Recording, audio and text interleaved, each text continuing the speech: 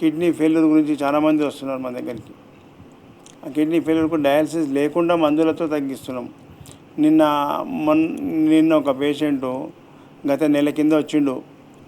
Paralysis, brain stroke వల్ల paralysis వచ్చి పెద్దాయన నీళ్ళు పాలు తాగలేకుండా కంప్లీట్ వన్ సైడ్ పెరాలసిస్, కాళ్ళు చెయ్యి ఆడకుండా అయిపోయింది.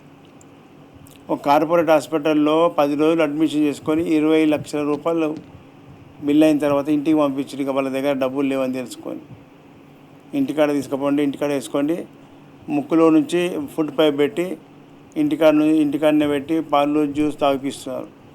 ఆ టైంలో మన గురించి తెలుసుకొని నా దగ్గరికి రావడం జరిగింది వాళ్ళ కుటుంబ సభ్యులు. వాళ్ళు వస్తే ఆయనను వీడియో కాల్లో ఇంటికాడ ఉన్న పరిస్థితి చూసిన, వీడియో కాల్ చేసి, ఆ వీడియో కాల్లో ఆయన మొత్తం తెల్లగా పెల్ ఫేస్ అయిపోయాడు. రక్తహీనత ఉన్నది. ఆ పేషెంట్కు చాలా సీరియస్గా ఉన్నది. మనం ఈ హోమియోపతిలో మంచి మెడిసిన్స్ ఉన్నాయని చెప్పి ఇచ్చి పంపించడం జరిగింది వాళ్ళ మనమనికి. మందులు వాడిపించి 1 మంత్కు నిన్న వచ్చిండు.